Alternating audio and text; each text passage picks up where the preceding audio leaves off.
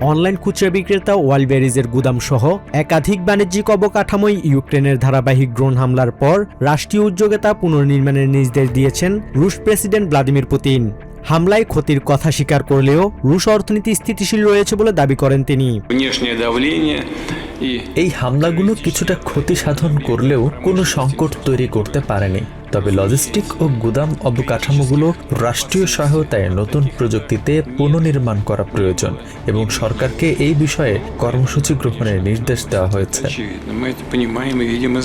এছাড়া ইউক্রেনকে British drone সরবরাহের জেরে ব্রিটেন সরাসরি যুদ্ধে জড়িয়ে পড়ছে বলে হুঁশিয়ারি দিয়েছেন রুশ পররাষ্ট্রমন্ত্রী সের্গেই ল্যাভরভ।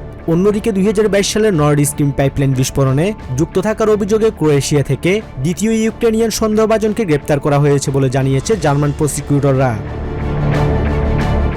যুদ্ধের তীব্রতার মাঝে ইউক্রেন ও রাশিয়ার মধ্যে ১০৩ জন করে মোট ২০৬ জন যুদ্ধবন্দী বিনিময় করা হয়েছে। বন্দিদশা থেকে মুক্ত হয়ে স্বজনদের কাছে ফিরে আবেগ আপ্লুত হয়ে পড়েন ইউক্রেনিয়ান সেনারা। চলতি মাসেই আরও বন্দি বিনিময়ের প্রত্যাশা করছে কিয়েভ। আমাদের কাছে পৌঁছানো স্বজনদের চিঠি ছিল একমাত্র সম্বল। নতুন বন্দীদের কাছ থেকে বাইরের বিশ্বের খবর জানার চেষ্টা করতাম। আমরা মূলত পুরো পৃথিবী থেকে বিচ্ছিন্ন ছিলাম। দক্ষিণ ইউক্রেনের খেরসনে বেসামরিক মিনিবাস ও একটি গাড়িতে পৃথক রুশ ড্রোন হামলায় নারীসহ অন্তত ৫ জন নিহত হয়েছেন, যাকে নিষ্ঠুর সাফারি বলে অভিহিত করেছেন প্রেসিডেন্ট জেলেনস্কি। এদিকে ৩১২ জন আইন প্রণেতার সমর্থনে ইউক্রেনের নতুন প্রতিরক্ষা মন্ত্রী হিসেবে ইয়েভেনিও খামারকে অনুমোদন দিয়েছে দেশটির পার্লামেন্ট।